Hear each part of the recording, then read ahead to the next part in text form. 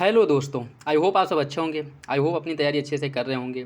साथ हम UPPSC RO AR और एग्जाम के लिए प्रैक्टिस सेट सॉल्व कर रहे हैं। और अभी जो प्रैक्टिस सेट सॉल्व कराया जा रहा है संस्कृति आईएएस द्वारा पब्लिश किए गए टेस्ट सीरीज को हम लोग सॉल्व कर रहे हैं। और आपका टेस्ट नंबर 11 है, जिसके अंतर्गत इस वीडियो में हम लोग जीएस वाले सेक्शन को कवर करेंगे और हिंदी वाले सेक्शन को अगले वीडियो में कवर किया जाएगा।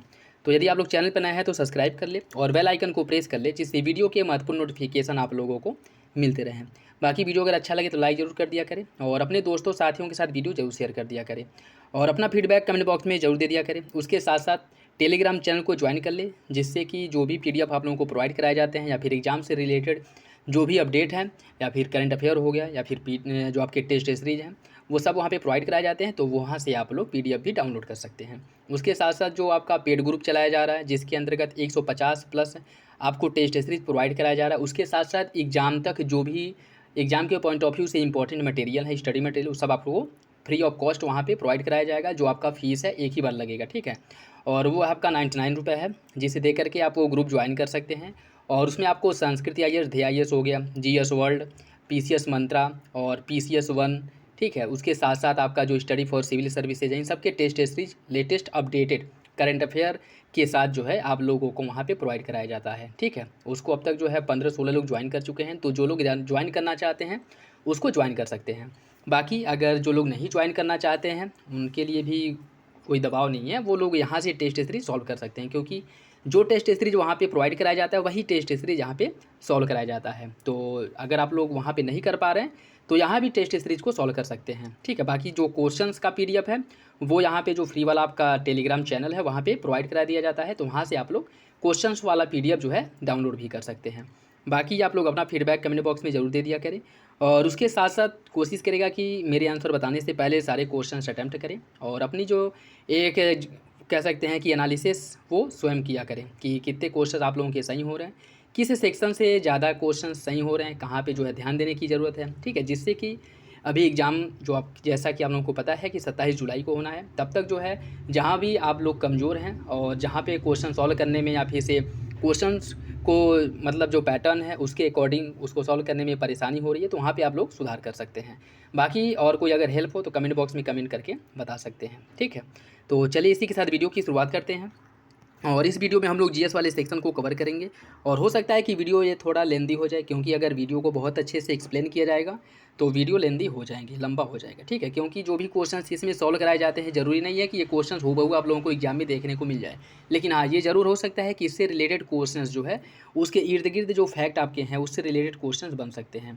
तो इसीलिए जो है इससे रिलेटेड जो भी आपके फैक्ट हैं वो भी आप लोगों को बताया जाएगा, जिससे कि जो क्वेश्चन सॉल्व कराया जा रहा है उससे रिलेटेड आपके डाउट क्लियर हो जाए, ठीक है। तो क्वेश्चन नंबर फर्स्ट देखिए, भारतीय राष्ट्रीय आंदोलन से संबंधित निम्नलिखित महत्वपूर्ण जो संगठन हैं और जो संस्थाएं हैं उनको कालानुक्रम में व्यवस्थित करना है। और देखिए दोनों हिंदी और इंग्लिश दोनों को इसमें शो किया जा रहा है, ठीक है। जैसे कुछ लोगों का कहना था कि इंग्लिश वाला जो सेक्शन है वो कट जाता था, जिससे उन लोगों को दिक्कत होती थी, ठीक है। तो जो लोग इंग्लिश में क्वेश्चन सॉल्व करते हैं वो लोग भी अपना क्वेश्चन जो है इसमें सॉल्व कर सकते हैं, ठीक है, जिससे कि उन्हें भी कोई दिक्कत ना हो, ठीक है। तो ये भारतीय राष्ट्रीय आंदोलन से संबंधित जो संस्थाएं हैं इनकी स्थापना से संबंधित इनको क्रम से आपको लगाना है, ठीक है। बाकी अगर आप बात करें आत्मीय सभा की जो स्थापना है राजा राम मोहन राय द्वारा की गई थी और इसकी स्थापना की गई थी 1815 ईस्वी में, ठीक है। 1815 ईस्वी में इसकी स्थापना हुआ था, ठीक। तत्वबोधिनी सभा की स्थापना, इसकी स्थापना देवेंद्र नाथ ठाकुर द्वारा, याद रखिएगा तत्वबोधिनी सभा जो है इसकी स्थापना अगर देवेंद्र नाथ टैगोर और देवेंद्र नाथ ठाकुर दे तो इसमें आप जो ऑप्शन मारेंगे देवेंद्र नाथ ठाकुर मारेंगे, ठीक है। और स्थापना इसका जो किया गया था वह 1839 में किया गया था, 1839 में। ब्रिटिश सार्वजनिक सभा की स्थापना, ब्रिटिश सार्वजनिक सभा की जो स्थापना है इसका स्थापना दादा भाई नौरोजी ने किया था और 1843 ईस्वी में किया गया था, ठीक है, 1843 में, ठीक। एशियाटिक सोसाइटी की स्थापना की गई थी विलियम जोन्स द्वारा 1784 में। इसे एशियाटिक सोसाइटी ऑफ बंगाल के नाम से भी जाना जाता है, ठीक है। तो आत्मीय सभा की स्थापना 1815 ईस्वी में किया गया था राजा राम मोहन राय द्वारा। तत्वबोधिनी सभा का स्थापना किया गया था 1839 में देवेंद्र नाथ ठाकुर द्वारा। उसके बाद आपका ब्रिटिश सार्वजनिक सभा, इसका स्थापना किया गया था 1843 में और इसका स्थापना दादा भाई नौरोजी ने किया था। और एशियाटिक सोसाइटी ऑफ बंगाल की स्थापना 1784 में विलियम जोन्स द्वारा किया गया था। इसका सही आंसर 4, 1, 2, 3 ऑप्शन बी हो जाएगा, ऑप्शन बी इसका सही है। नेक्स्ट देखिए, भारतीय राष्ट्रीय आंदोलन के दौरान प्रसिद्ध कथन खून का बदला खून निम्नलिखित में से किसे से संबंधित था? खून का बदला खून ये किससे संबंधित था? आत्मोन्नति सम्मेलन, खिलाफत समिति, अनुशीलन समिति या फिर नासिक षड्यंत्र केस। इसका सही आंसर क्या होगा? इसका जो सही आंसर है वो हो जाएगा ऑप्शन सी, अनुशीलन समिति से संबंधित था खून का बदला खून। अनुशीलन समिति की अगर हम बात करें तो वीरेंद्र घोष और भूपेंद्र दत्त के द्वारा इसकी स्थापना किया गया था।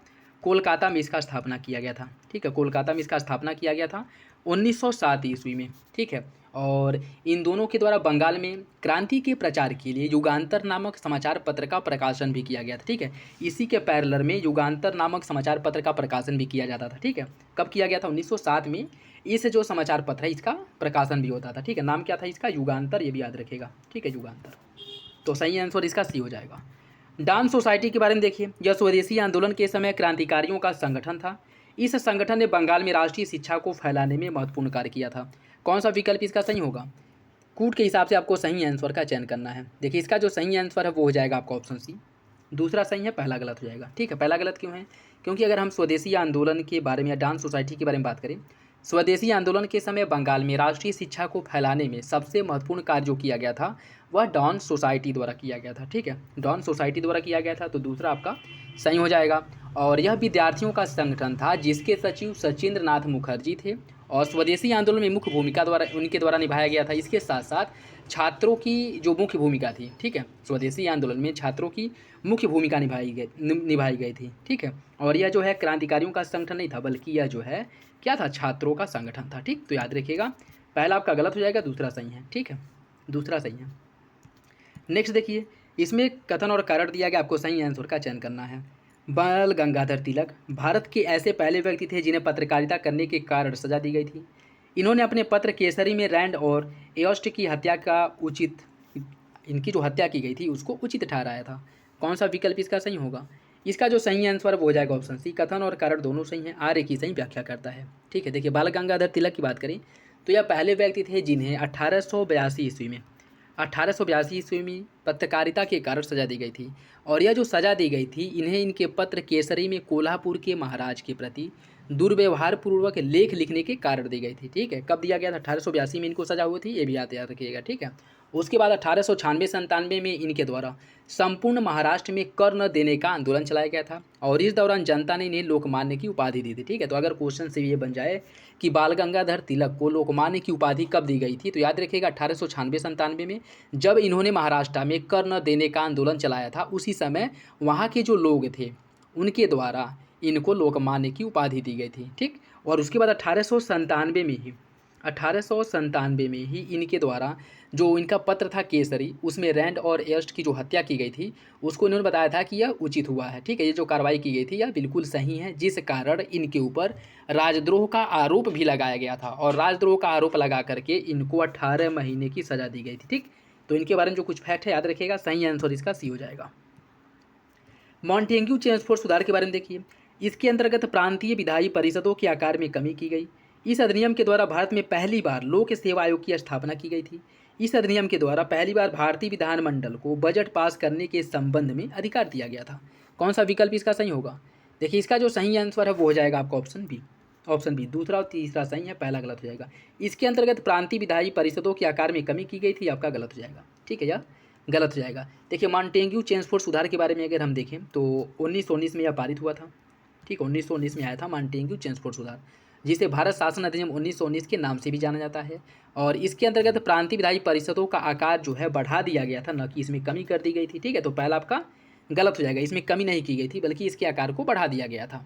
ठीक है, और इसके साथ साथ इसमें अगर हम बात करें जो प्रांतीय विधायी परिषदें हैं इसका आकार बढ़ा दिया गया था और उनके अधिकांश जो सदस्य हैं वो चुनाव जीत कर आएंगे, ये भी प्रावधान किया गया था। उसके साथ साथ प्रांतों में पहली बार द्वैध शासन लागू किया गया था और इस द्वैध शासन का जो जन्मदाता है वह लियोनिस कार्टिस को माना जाता है। ठीक है, लाओनिस कार्टिस या लियोनिस कार्टिस कुछ भी अगर मिले तो आप टिक मार सकते हैं। ठीक है, कहीं कहीं लाओनिस कार्टिस देखने को मिलेगा, कहीं कहीं लियोनिस कार्टिस देखने को मिलेगा। ठीक है, और इसके अंतर्गत प्रांतीय विषय को आरक्षित और हस्तांतरित दो भागों में बांट दिया गया था।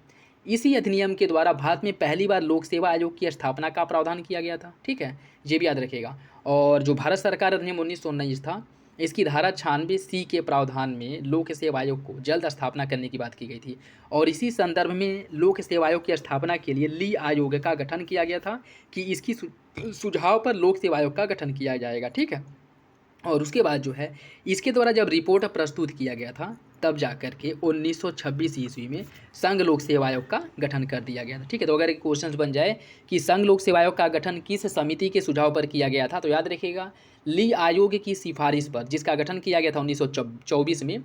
इसकी सिफारिश पर 1926 में लोक सेवा आयोग का पहली बार क्या किया गया था, स्थापना किया गया था। ठीक है, सही आंसर इसका क्या हो जाएगा, ऑप्शन बी हो जाएगा। दूसरा तीसरा सही है, पहला गलत हो जाएगा।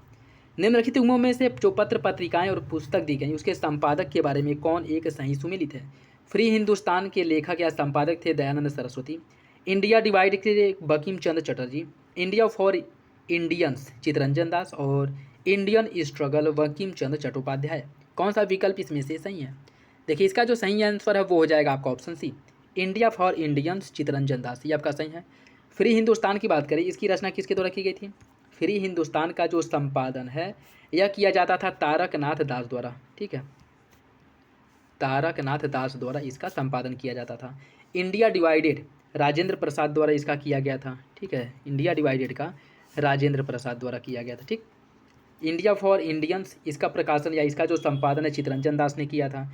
इंडियन स्ट्रगल का संपादन जो किया गया था वह सुभाष चंद्र बोस द्वारा किया गया था। ठीक है, ये भी याद रखिएगा, सुभाष चंद्र बोस द्वारा। ठीक, तो इसका सही आंसर आपका सी हो जाएगा। ठीक है, बाकी अगर बंकिम चंद्र चटर्जी की बात करें तो इनके द्वारा आनंद मठ और देवी चौधरानी इसका जो रचयिता है या फिर से इसके जो लेखक हैं वह बंकिम चंद्र चटर्जी हैं। ठीक है, इसका आपका ऑप्शन सी हो जाएगा। नमक सत्याग्रह के बारे में देखिए, इसके तहत गांधी जी के द्वारा साबरमती से दांडी का पैदल यात्रा करके नमक कानून तोड़ा गया था। इस यात्रा की तुलना अरविंद घोष ने नेपोलियन के पेरिस मार्च से की थी। कौन सा विकल्प इसका सही होगा? कूट के हिसाब से आपको सही आंसर का चयन करना है। देखिए इसका सही आंसर आपका ए हो जाएगा, दोनों विकल्प सही हो जाएगा। गांधी जी द्वारा 12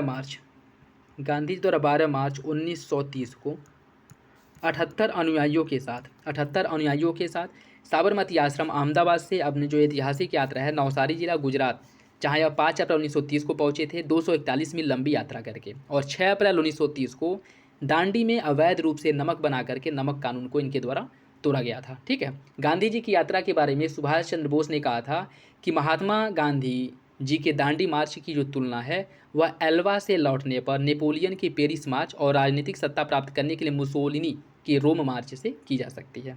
ठीक है, तो सही आंसर इसका ए हो जाएगा। ठीक, अरविंद घोष ने भी कहा था और उसके साथ साथ जो आपके सुभाष चंद्र बोस हैं इन्होंने कहा था कि जो मुसोलिनी के रोम मार्च से इनकी तुलना की थी। ठीक है, बाकी अरविंद घोष द्वारा नेपोलियन की पेरिस मार्च से की गई थी। इसका जो सही आंसर है वो हो जाएगा आपका ऑप्शन ए। ऑप्शन ए इसका सही है। भारतीय राष्ट्रीय आंदोलन से संबंधित निम्नलिखित कथनों में से इन्हें कालक्रम से व्यवस्थित करना है। व्यक्तिगत सत्याग्रह हो गया, अगस्त प्रस्ताव, वर्धा प्रस्ताव और क्रिप्स प्रस्ताव। इनको आपको क्रम से लगाना है। ठीक है, बात करें अगर हम अगस्त प्रस्ताव कब आया था? यह आया था 8 अगस्त 1940 को, 8 अगस्त 1940 को आया था। ठीक है, व्यक्तिगत सत्याग्रह की जो शुरुआत की गई थी यह 17 अक्टूबर 1940 को व्यक्तिगत सत्याग्रह की शुरुआत की गई थी। ठीक है, व्यक्तिगत सत्याग्रह की शुरुआत की गई थी, जिसके पहले सत्याग्रही विनोबा भावे थे और दूसरे सत्याग्रही थे जवाहरलाल नेहरू। ठीक है, और क्रिप्स मिशन की अगर हम बात करें, क्रिप्स मिशन जो है 1942 में भारत आया था। क्रिप्स मिशन आया था 1942 में भारत। ठीक, 1942 में। और वर्धा प्रस्ताव जो आया था यह आपका 14 जुलाई 1942 को आया था, 14 जुलाई 1942 को। ठीक है, 1942 को। तो इसका जो सही आंसर है वो हो जाएगा आपका 1 सेकेंड। देखिए इसका जो सही आंसर है वो हो जाएगा आपका ऑप्शन 2143 ऑप्शन डी हो जाएगा। ठीक है, 2143 ऑप्शन डी इसका सही है। ठीक, याद रखिएगा। नेक्स्ट देखिए, निम्न पूरा पाषाण काल को सोहन संस्कृति कहा जाता है। इसके उपकरण सर्वप्रथम सोन घाटी से प्राप्त हुए हैं। कौन सा विकल्प इसका सही होगा? इसका सही आंसर हो जाएगा ऑप्शन ए। पहला सही है, दूसरा आपका गलत हो जाएगा। ठीक है, पहला सही है, दूसरा गलत। अगर निम्न पूरा पाषाण काल की हम बात करें, निम्न पूरा पाषाण काल की, तो इसके उपकरण सबसे पहले सोन घाटी में नहीं बल्कि सोहन घाटी जो सिंधु नदी की एक सहायक नदी है वहाँ पे पाया गया था। ठीक है, वहाँ से इसकी प्राप्ति हुई थी और इसी घाटी से प्राप्ति के कारण इसे सोहन संस्कृति के नाम से भी जाना जाता है। और इस काल के जो उपकरण या कह सकते हैं कि जो हथियार थे, इनके जो नाम थे पेबुला, चापर, चापिंग, यह जो है मतलब कह सकते हैं कि बहुत ही सूक्ष्म और पहले से बेहतर हथियार थे, ठीक है, जिसको इनके द्वारा इस काल के जो मानव थे उनके द्वारा पत्थरों को घीस करके रगड़ करके मतलब बहुत ही नुकीला और बहुत छोटे छोटे हथियार बनाए गए थे, ठीक है। सोन घाटी यह मध्य प्रदेश में है और यह नवपाषाणकालीन बस्तियों के प्रमुख केंद्रों में से एक था, ठीक है। बाकी जो निम्न पूरा पाषाण काल का यह जो क्षेत्र है आपका सोहन संस्कृति जो है, या सोन घाटी नहीं बल्कि सोहन घाटी में है, ठीक, जो आपके सिंधु की सहायक नदी है और यह वर्तमान समय के पाकिस्तान में स्थित है, ठीक है। और इसी कारण इसे सोहन संस्कृति के नाम से भी जाना जाता है। तो पहला सही हो जाएगा, दूसरा गलत है। नेक्स्ट देखिए, इसमें सूची फर्स्ट को सूची सेकंड से सम्मिलित करना है, सूची फर्स्ट को सूची सेकंड से सम्मिलित करना है। अष्टाध्यायी की रचना किसके द्वारा की गई थी? अष्टाध्यायी की रचना की थी पाणिनि ने। मुद्रा राक्षस की रचना की गई थी विशाखदत्त द्वारा। मृक्ष कटिकम की रचना की थी शूद्रक ने और राज तरंगणी की रचना की थी कल्लड़ ने। इसका सही आंसर हो जाएगा 3 4 1 2, 3 4 1 2, ऑप्शन सी इसका सही हो जाएगा, ऑप्शन सी सही है इसका। ऋग्वैदिक काल के प्रशासनिक विभाजन का निम्नलिखित में से कौन सा सही क्रम है? ऋग्वैदिक काल का जो प्रशासनिक विभाजन है इसका सही क्रम क्या है? देखिए, विषपति, ग्रामीण और कुलप, ठीक। कुल के मुखिया को कुलप कहा जाता था, ग्राम के मुखिया को ग्रामणी कहा जाता था और विष का जो मुखिया होता था उसको विषपति कहा जाता था, ठीक। सही आंसर इसका बी हो जाएगा, ऑप्शन बी इसका सही है। चेर राजवंशों के शासक उदयान जेरल के द्वारा बनाई गई पाकशाला का संबंध किससे था? शिक्षा, कृषि, भोजन वितरण या फिर भू राजस्व? इसका सही आंसर हो जाएगा आपका ऑप्शन सी, या भोजन वितरण से संबंधित था पाकशाला, ठीक है, भोजन वितरण से संबंधित था पाकशाला।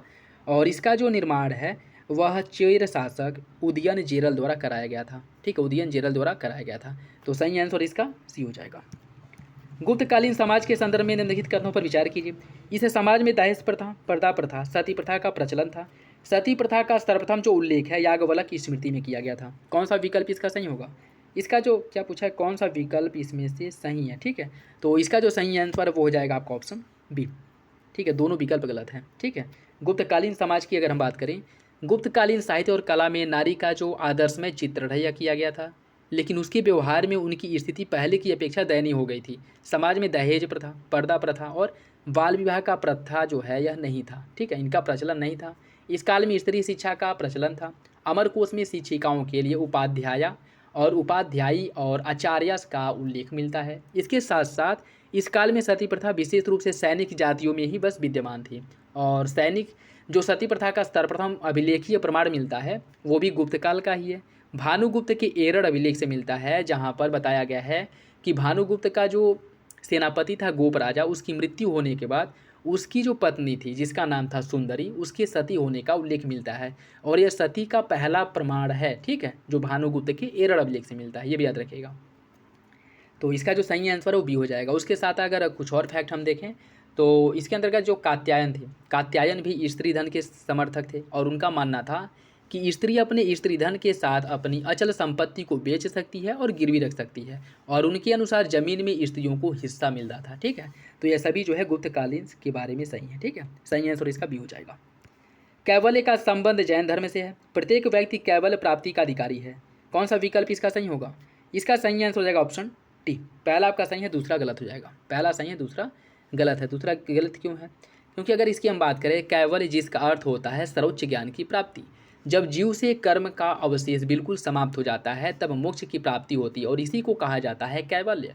जैन धर्म जो है इसमें सिर्फ जो संघ के सदस्य हैं इनके लिए ही कैवल्य का नियम बताया गया है, सामान्य जन के लिए नहीं। तो जो दूसरा है जिसमें कहा गया कि प्रत्येक व्यक्ति कैवल्य प्राप्त कर सकता है, ये आपका गलत हो जाएगा, क्योंकि इसके अंतर्गत जैन धर्म के अंतर्गत जो जैन संघ के सदस्य हैं वही केवल कैवल्य का नियम का पालन करते हैं और वही जो है केवल कैवल्य पा सकते हैं। जो सामान्य जन है वो नहीं पा सकते हैं। सामान्य जन जो हैं या फिर जो गृहस्थ हैं इनको भिक्षु जीवन में प्रवेश करने से पूर्व 11 कोटियों से होकर गुजरना पड़ता है। महावीर स्वामी को कैवल्य की प्राप्ति हो जाने के बाद ही केवलीन या फिर जीन, जिनका मतलब विजेता, अर्ह मतलब योग, निर्ग्रंथ मतलब बंधन रहित, ये सब उपाधियाँ उनको दी गई थी, ठीक है। तो याद रखिएगा, अगर क्वेश्चन ये बन जाए केवलीन, जीन, अर्ह, निर्ग्रंथ या किसको जो है ये उपाधियाँ दी गई थी या किसे जो है इस नाम से संबोधित किया जाता था, तो महावीर स्वामी को ये सभी नाम दिए गए थे, ठीक है। इसका सही आंसर डी हो जाएगा। बौद्ध धर्म में महापरिनिर्वाण का संबंध किससे है? बौद्ध धर्म में बुद्ध की मृत्यु को कहा जाता है महापरिनिर्वाण, ठीक है। और बुद्ध की जो मृत्यु है 80 वर्ष की अवस्था में हुई थी। 483 ईसा पूर्व में हुआ था कुशीनारा, वर्तमान समय कुशीनगर में, ठीक है, कुशीनारा, उस समय उसे कुशीनारा के नाम से जाना जाता है, वर्तमान में उसे कुशीनगर कहा जाता है, ठीक है, जो देवरिया उत्तर प्रदेश में स्थित है। और यहाँ पर चुंद द्वारा अर्पित भोजन करने के बाद इनकी जो है मृत्यु हो गई थी, और बुद्ध की मृत्यु को ही महापरिनिर्वाण कहा जाता है, ठीक। तो याद रखिएगा, सही आंसर इसका डी हो जाएगा। सल्तनत कालीन निम्नलिखित शासकों में से किसने मूल्य नियंत्रण पद्धति को लागू किया था? शेरशाह, इल्तुतमिश, मोहम्मद बिन तुगलक या फिर अलाउद्दीन खिलजी? कौन सा विकल्प इसका सही होगा, ये आपको बताना है। देखिए, इसकी अगर हम बात करें, इसका जो सही आंसर है वो हो जाएगा आपका ऑप्शन डी, अलाउद्दीन खिलजी द्वारा मूल्य नियंत्रण पद्धति की शुरुआत की गई थी, ठीक। सही आंसर आपका डी हो जाएगा। निम्नलिखित में से सिंचाई कर लगाने वाला दिल्ली का पहला सुल्तान कौन था? मोहम्मद बिन तुगलक, अलाउद्दीन खिलजी, मोहम्मद बिन कासिम या फिरोज तुगलक? इसका सही आंसर है ऑप्शन डी, फिरोज तुगलक। या दिल्ली सल्तनत का पहला शासक था जिसने सिंचाई कर लगाया था, ठीक है। और सिंचाई कर को हक ए सर्व कहा जाता था, ठीक है, जो 10% था, ठीक, जो कुल उपज का 10% होता था, ठीक है। तो सही आंसर इसका डी हो जाएगा, ठीक। और इसके पहले जो बहुत सारे कर लगाए जाते थे, उसको उन सभी करों को समाप्त करके इनके द्वारा केवल 4 कर लगाए गए थे, ठीक है। इसके द्वारा केवल 4 कर लगाए गए थे, और इसका मानना था कि शरीयत के अनुसार, शरीयत जिसकी इजाज़त देता है बस वही कर लगाए जाने चाहिए। और इसने केवल 4 कर लगाए थे। खराज जो एक भूमि कर था, जजिया जो ब्राह्मणों पर लगाया जाता था, जक़ात जो दान से संबंधित कर था, और खुम्स युद्ध में जो धन लूटा जाता था उस पर जो कर लगता था, ठीक है। तो इसके द्वारा बस 4 कर लगाए गए थे, ये भी याद रखिएगा। निम्नलिखित उम्मों में से कौन एक सही सुमेलित नहीं है? मिनहाजुस सिराज, तारीख़ मुबारक शाही, अमीर खुसरो आशिकी, जियाउद्दीन बर्नी, तारीख़ फिरोज शाही और इब्न बतूता रेहला? कौन सा विकल्प इसमें से गलत है? इसका जो सही आंसर होगा वो हो जाएगा आपका ऑप्शन ए, मिनहाजुस सिराज। मिनहाजुस सिराज की अगर हम बात करें, इसकी जो पुस्तक है वो तबकात नासरी है, न कि तारीख़ मुबारक शाही, ठीक है। तबकात नासरी की रचना जो है,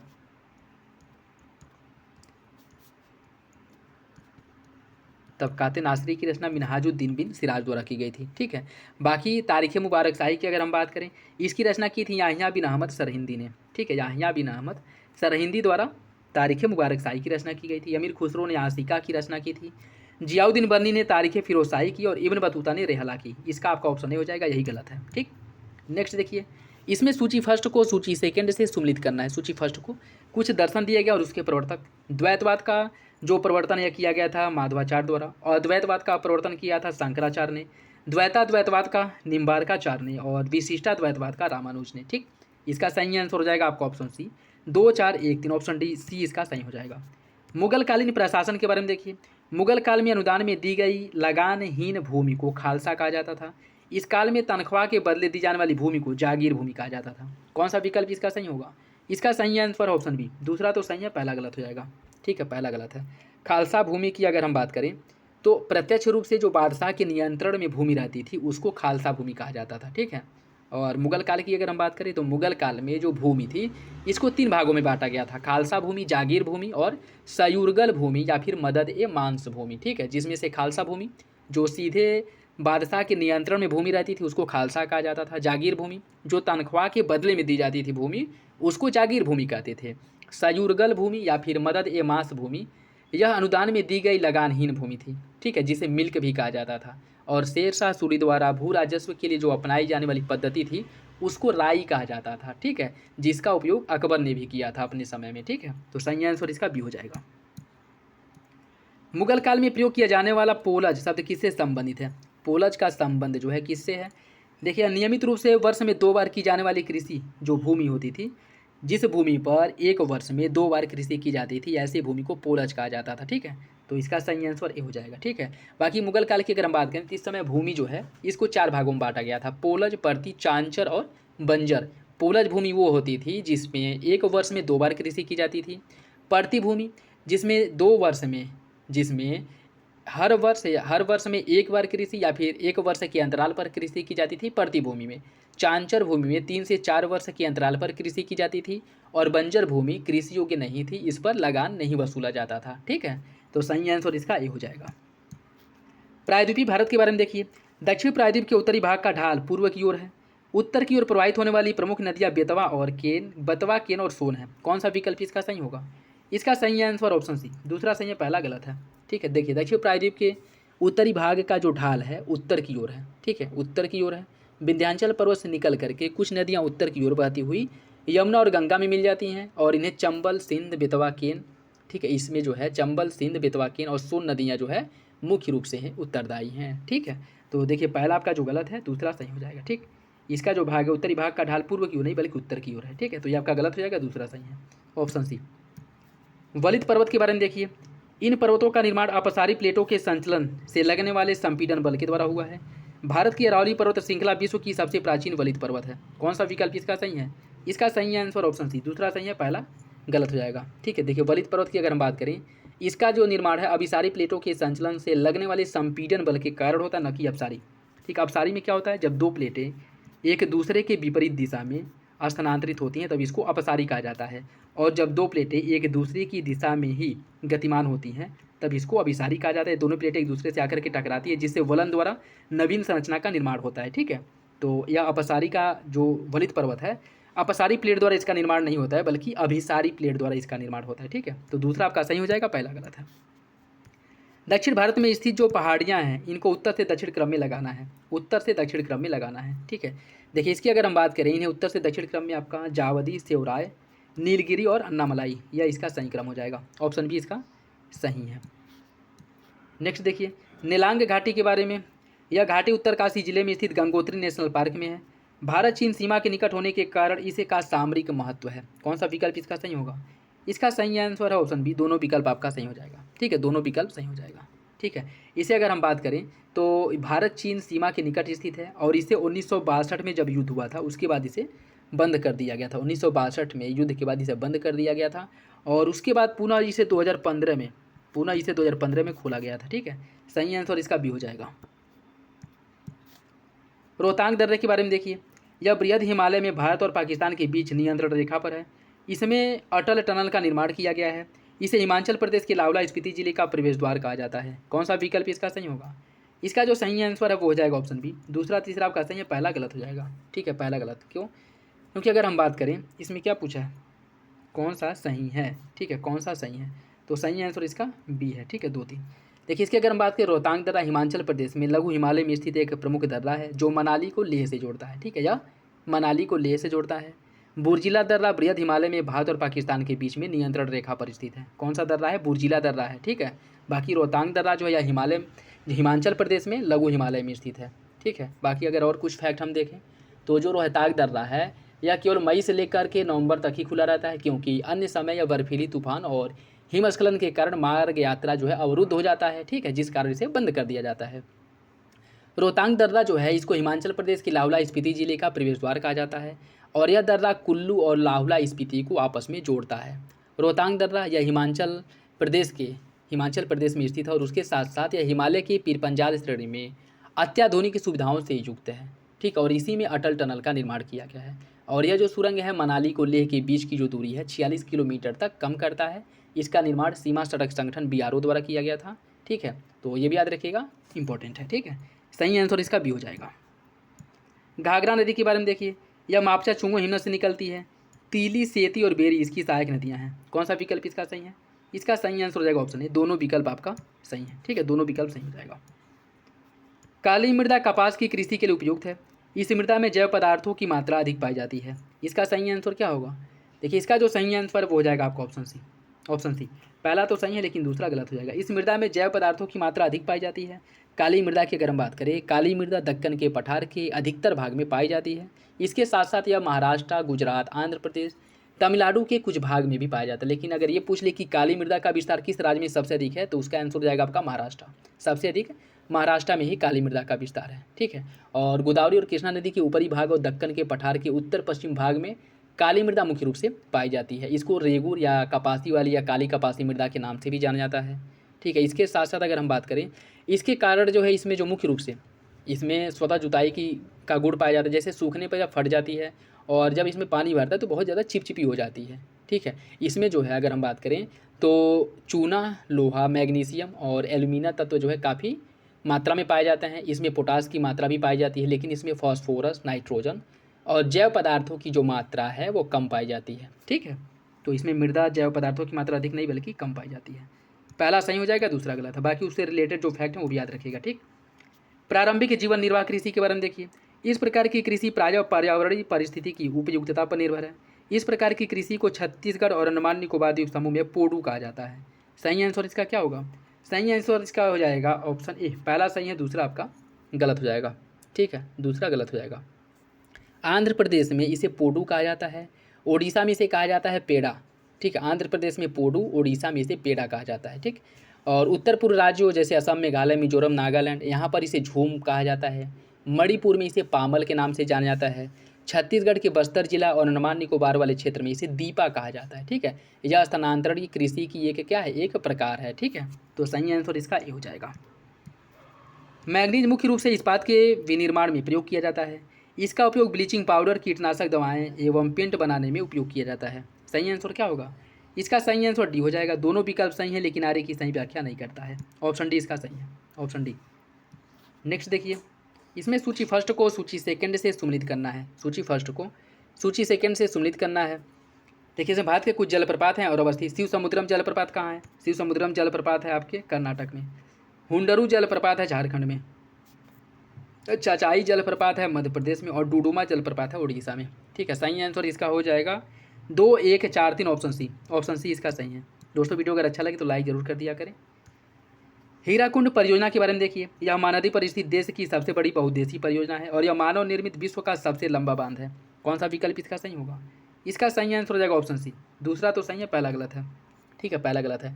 हीराकुंड परियोजना की बात करें, यह ओडिशा में महानदी द्वारा निर्मित भारत की एक महत्वाकांक्षी परियोजना है और हीराकुंड बांध जो है यह विश्व का सबसे लंबा मानव निर्मित बांध है। इसका मुख्य लक्ष्य जल निकासी नेटवर्क के माध्यम से नदी प्रवाह को प्रतिबंधित करके कठिनाइयों को हल करना है। भाखड़ा नांगल परियोजना, इसका निर्माण सतलज नदी पर किया गया है और यह देश की सबसे बड़ी बहुउद्देशीय परियोजना है। ठीक है, न कि हीराकुंड। सबसे बड़ी देश की जो बहुउद्देशीय परियोजना है वह आपका भाखड़ा नांगल परियोजना है, न कि हीराकुंड। तो पहला आपका गलत हो जाएगा, दूसरा सही है। ठीक, बाकी अगर कुछ और हम देखें तो इस पर जो निर्मित बांध है वो विश्व के सबसे ऊंचे गुरुती बांधों में से एक है और इस परियोजना से, भाखड़ा नांगल परियोजना से दिल्ली, हिमाचल प्रदेश, पंजाब, हरियाणा, राजस्थान को लाभ होता है। और इस बांध के पीछे निर्मित झील को गोविंद सागर कहा जाता है और इसका निर्माण जो हुआ है हिमाचल प्रदेश में हुआ है। ठीक है, सही आंसर इसका सी हो जाएगा। निम्नलिखित में से कौन सम्मिलित नहीं है? बोरा इटली, ब्रिजार्ड सिसिली, जोंडा अर्जेंटीना और सांता आना कैलिफोर्निया। यह कुछ पवन है और स्थान है। कौन इसमें से सम्मिलित नहीं है? इसका सही आंसर हो जाएगा ऑप्शन बी। ब्लिजार्ड की अगर हम बात करें, ब्लिजार्ड कहाँ चलता है? ब्लिजार्ड जो चलता है वो आपका साइबेरिया में चलता है। ठीक है, साइबेरिया में चलता है ब्लिजार्ड, साइबेरिया में। बी गलत हो जाएगा, बाकी विकल्प आपके सही हैं। विश्व में बॉक्साइट का सर्वाधिक जो उत्पादक देश है कौन सा है? बॉक्साइट का सबसे बड़ा उत्पादक देश है और भंडारण भी यहीं पे पाया जाता है। ठीक है, ऑस्ट्रेलिया आपका पहले नंबर पे आ जाएगा। नेक्स्ट देखिए, कुछ राजधानी दिया गया है देश। नैरोबी की राजधानी कहाँ है? नैरोबी की राजधानी है केन्या। ओस्लो जो है यह नॉर्वे, ठीक है, नॉर्वे की राजधानी है। वेलिंगटन है न्यूजीलैंड की राजधानी और कोपेनहेगन है डेनमार्क की। सही आंसर इसका 2, 1, 4, 3 ऑप्शन सी हो जाएगा, ऑप्शन सी। उष्ण एवं उपोष्ण कटिबंधीय महासागरों में गहराई 300 से 1000 मीटर वाले भाग जहाँ लवणता में तीव्र परिवर्तन होता है उस क्षेत्र को क्या कहते हैं? देखिए, इस क्षेत्र की अगर हम बात करें, इस क्षेत्र को कहा जाता है हेलोक्लाइन। ऑप्शन सी हो जाएगा। ठीक है, हेलोक्लाइन। देखिए, बाकी इससे रिलेटेड जो कुछ नाम है जैसे हेलोक्लाइन है, या उष्ण एवं उपोष्ण कटिबंधीय महासागरों में 300 से 1000 मीटर की गहराई वाले भाग हैं जहाँ लवणता में तीव्र परिवर्तन होता है और इसको हेलोक्लाइन कहा जाता है। ठीक है, आइसोहेलाइन, यह समुद्री जल में लवणता की समान मात्रा को दर्शाने वाली रेखा है जिसको आइसोहेलाइन कहा जाता है। आइसोबेस, इसके द्वारा धरातल की क्षैतिज रेखा और इसके माध्यम से समान ऊंचाई और भिन्न स्थलों की माप की जाती है। आइसोकाइम, या औसत शीत तापमान की समानता वाले स्थलों को मिलाने वाली काल्पनिक रेखा है। आइसोफेन, समान मौसमी घटनाओं को दर्शाने वाली काल्पनिक रेखा है। आइसोबार, समदाब को प्रदर्शित करने, जो समदाब रेखाएं हैं इनको प्रदर्शित करने वाली काल्पनिक रेखा है। ट्री लाइन जो है वृक्षों की समान ऊंचाई को मिलाने वाली काल्पनिक रेखा है। थर्मोक्लाइन, महासागर की 3000 से 1000 मीटर की गहराई में पाए जाए जो तापमान है इनकी जो तीव्रता में परिवर्तन होता है उसको प्रदर्शित किया जाता है थर्मोक्लाइन से। ठीक, इसका सही आंसर सी हो जाएगा। यूरोप की रूर नदी के बारे में देखिए, यह नदी फ्रांस और जर्मनी की सीमा का निर्धारण करती है। इस नदी के बेसिन क्षेत्र को जर्मनी का औद्योगिक हृदय स्थल कहा जाता है। कौन सा विकल्प इसका सही है? देखिए, दूसरा आपका सही है, पहला गलत हो जाएगा। पहला गलत क्यों है? क्योंकि रूर नदी जो है, रूर नदी नहीं बल्कि राइन नदी फ्रांस और जर्मनी की सीमा बनाती है। राइन नदी फ्रांस और जर्मनी की सीमा बनाती है। ठीक है, और ओडर नदी पोलैंड और जर्मनी की सीमा बनाती है। रूर नदी जो है, सॉरी, राइन नदी फ्रांस और जर्मनी की सीमा बनाती है। ओडर नदी पोलैंड और जर्मनी की सीमा बनाती है। ठीक है, इसका जो सही आंसर है बी हो जाएगा। पहला गलत है, दूसरा सही। उष्णकटिबंधीय मानसूनी जलवायु के बारे में देखिए। यह जलवायु भूमध्य रेखा के दोनों ओर पूर्वी किनारे पर 20 से 45 अक्षांशों के बीच पाई जाती है। यह जलवायु प्रदेश व्यापारिक हवाओं की पेटी के अंतर्गत आता है।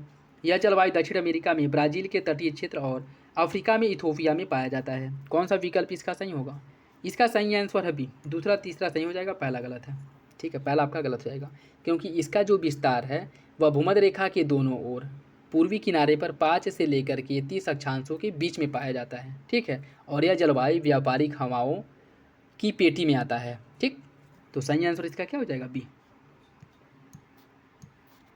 उत्तर प्रदेश के कर्मा नृत्य के बारे में देखिए। यह बुंदेलखंड का प्रमुख नृत्य है और इसे पर्यावरण के प्रतीक के रूप में खरीफ फसल बोने के बाद मनाया जाता है। कौन सा विकल्प सही होगा? इसका हो जाएगा आपका ऑप्शन बी। दूसरा सही है, पहला गलत है।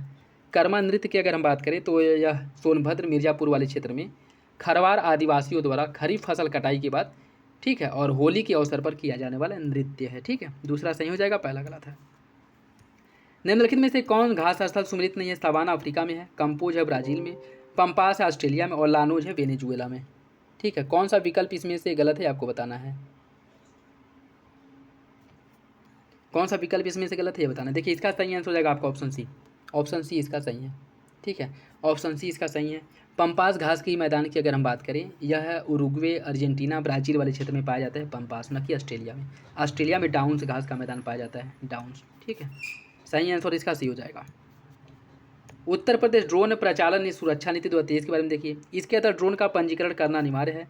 ड्रोन संचालन के लिए राज्य में रेड, येलो और ग्रीन जोन बनाए गए हैं। कौन सा विकल्प इसका सही होगा?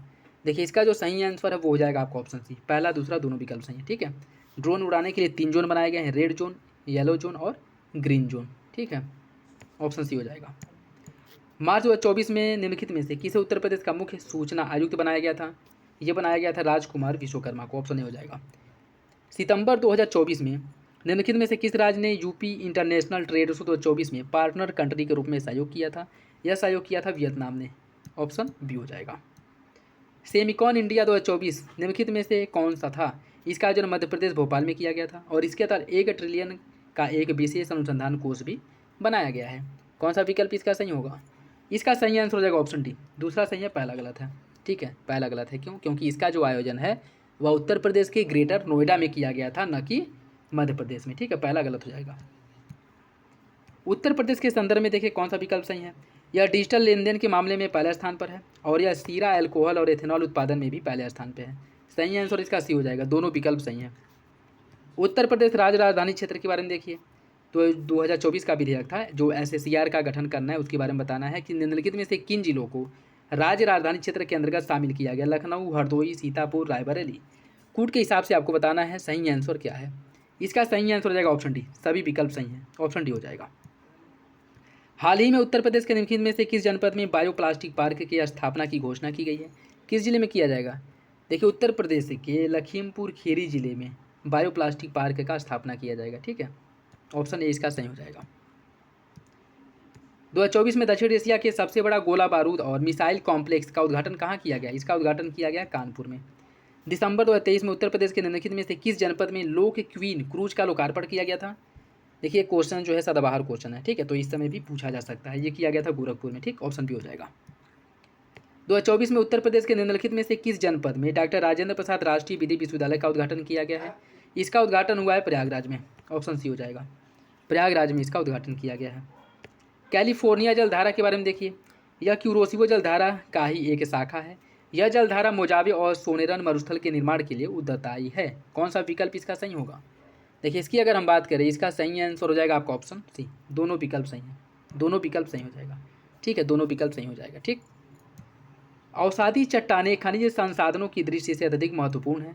इन चट्टानों में अत्यधिक मात्रा में जीवाश्म पाए जाते हैं। कौन सा विकल्प अवसादी चट्टान के बारे में सही है?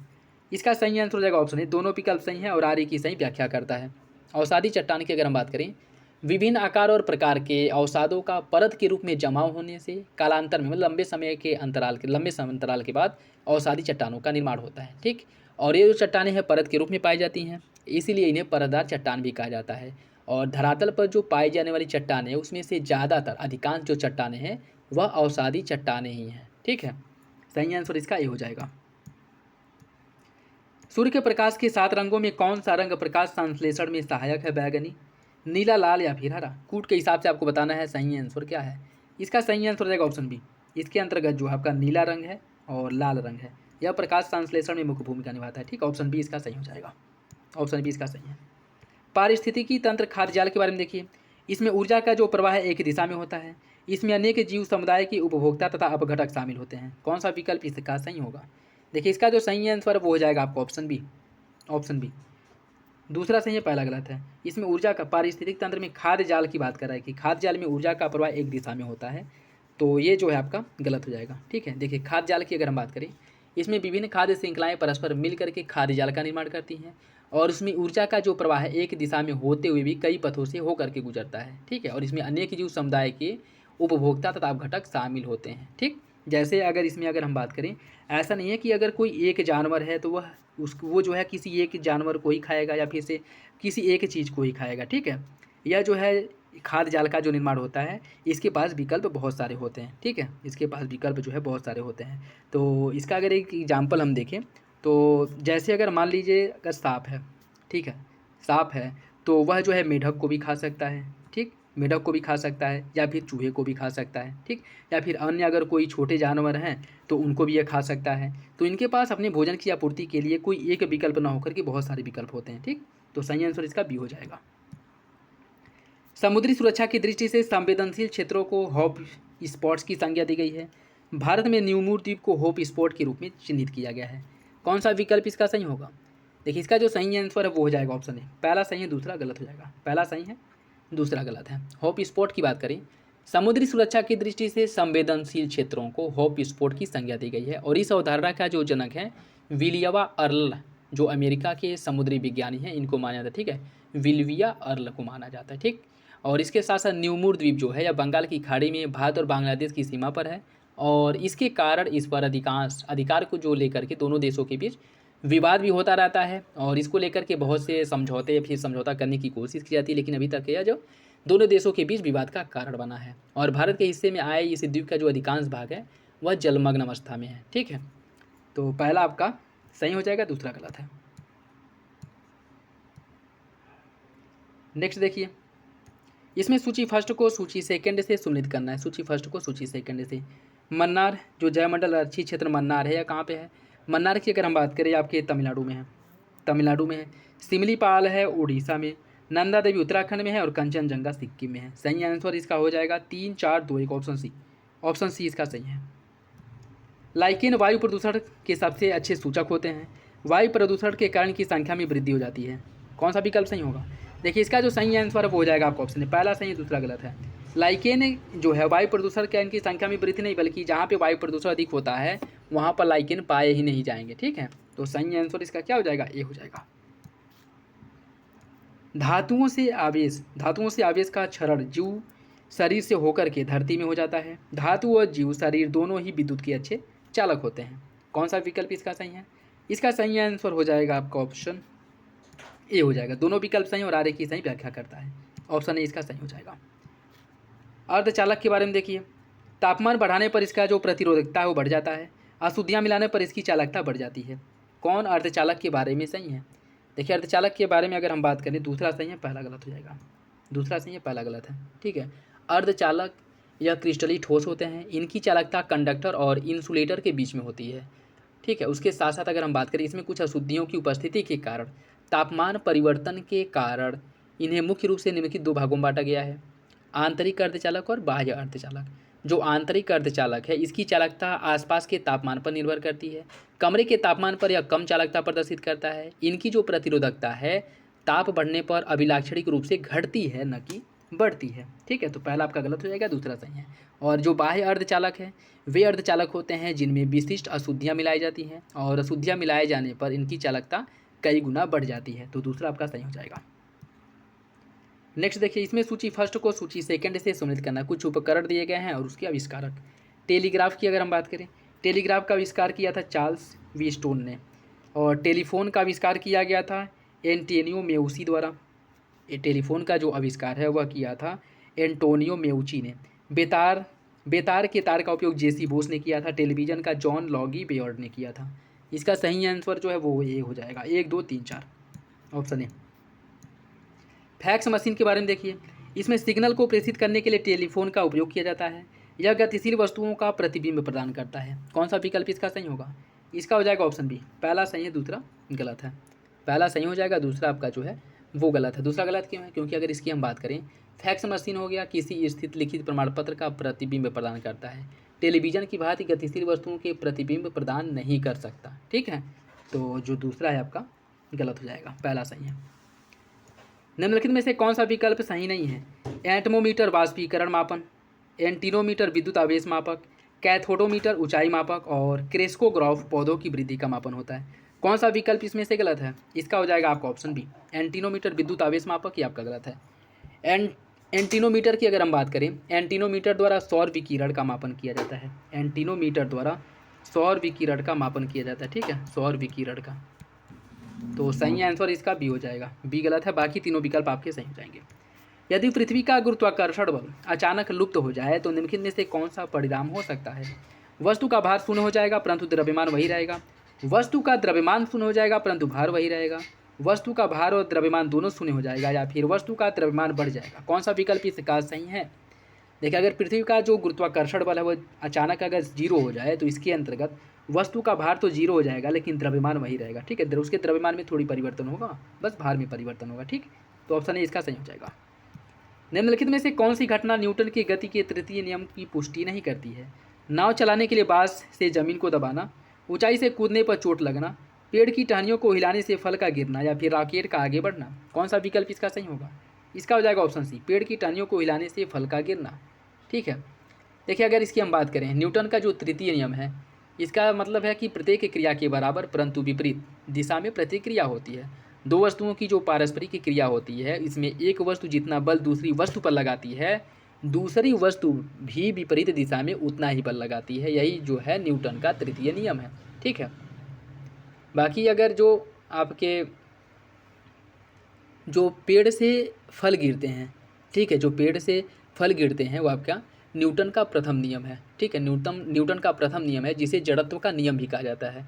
इसी के अंदर जैसे पेड़ को की टहनियों को हिलाने से जो फल हैं टूटकर नीचे गिर जाते हैं, या फिर कंबल को हाथ से पकड़ करके डंडे से पीटने पर धूल के कण झड़कर बाहर चले जाते हैं, या फिर रुकी हुई गाड़ी के अचानक चलने पर उसमें बैठे यात्री पीछे की ओर गिर जाते हैं, या फिर चलती हुई गाड़ी के अचानक रुकने पर उसमें बैठे यात्री आगे की ओर झुक जाते हैं। ठीक, तो ये सभी जो है जड़त्व का नियम या न्यूटन का प्रथम नियम है। बाकी जो नाव चलाने के लिए बांस से ज़मीन को दबाया जाता है या न्यूटन का तृतीय नियम है। ठीक है, सही आंसर इसका सी हो जाएगा। रेफ्रिजरेटर में फ्रीजर पेटिका को ऊपर रखा जाता है, नीचे की गर्म वायु हल्की होने के कारण ऊपर उठती है। कौन सा विकल्प इसका सही है? इसका सही आंसर ए हो जाएगा, दोनों विकल्प सही हैं, आगे की सही व्याख्या करता है। देखिए, रेफ्रिजरेटर में जो आपका फ्रीजर होता है, ठीक है, वह ऊपर बनाया जाता है। ऊपर क्यों बनाया जाता है? देखिए, हवाएं जब ठंडी होती हैं, ठंडी होकर के हवाएं नीचे बैठती हैं, ठीक, और हवाएं जब गर्म होती हैं, गर्म होकर के हवाएं हल्की होती हैं, और हल्की होने के बाद ये ऊपर उठती हैं। ठीक है, तो ऊपर जो फ्रीजर होता है यहाँ से हवाएं ठंडी होकर के नीचे आती हैं, और नीचे जो खाद्य पदार्थ या फिर अन्य जो भी सामान रखा रहता है फ्रिज में वो ठंडी होती है, और नीचे आने के क्रम में जब बहुत नीचे आ जाती है हवाएं फिर गर्म हो जाती हैं, और गर्म होने के क्रम फिर यह धीरे धीरे ऊपर उठने लगती हैं, और ऊपर जा कर के फ्रीजर में यह एकत्रित होती हैं, फिर स्टोर होती हैं, फिर वहाँ से ठंडा होकर के फिर वह पुनः जो है नीचे आने लगती हैं। तो इनके बीच यह संवहनी धारा का विकास होता है। ठीक है, हवाएं गर्म होकर ऊपर उठेंगी, फिर ठंडा होकर के नीचे आएंगी, यही प्रोसेस चलता रहता है, और फ्रिज में जो खाद्य पदार्थ रखे जाते हैं वह ठंडा हो जाते हैं। ठीक है, चाहे वो नीचे हो या फिर ऊपर। सही आंसर इसका ये हो जाएगा। लैक्लांसी सेल के बारे में देखिए, कौन सा विकल्प इसमें से गलत है? यह एक प्राथमिक सेल है, इसका प्रयोग घड़ियों में किया जाता है, इसे पुनः प्रयोग में लाया जा सकता है, इसमें कैथोड के रूप में ग्रेफाइट का प्रयोग किया जाता है। कौन सा विकल्प इसका गलत होगा? देखिए, इसकी अगर हम बात करें, इसका जो सही आंसर वो हो जाएगा ऑप्शन सी, इसे पुनः प्रयोग में लाया जा सकता है, ये आपका गलत है। ठीक है, इसे दोबारा प्रयोग में नहीं लाया जा सकता है। ठीक है, पुनः प्रयोग में नहीं लाया जा सकता, कुछ समय तक प्रयोग करने के बाद बैटरी निष्क्रिय हो जाती है। ठीक है, तो सही आंसर इसका सी हो जाएगा। श्वेत फास्फोरस के बारे में देखिए, यह विषैला होता है, यह जल में विलेय होता है, यह अंधेरे में चमकता है। कौन सा विकल्प इसका सही है?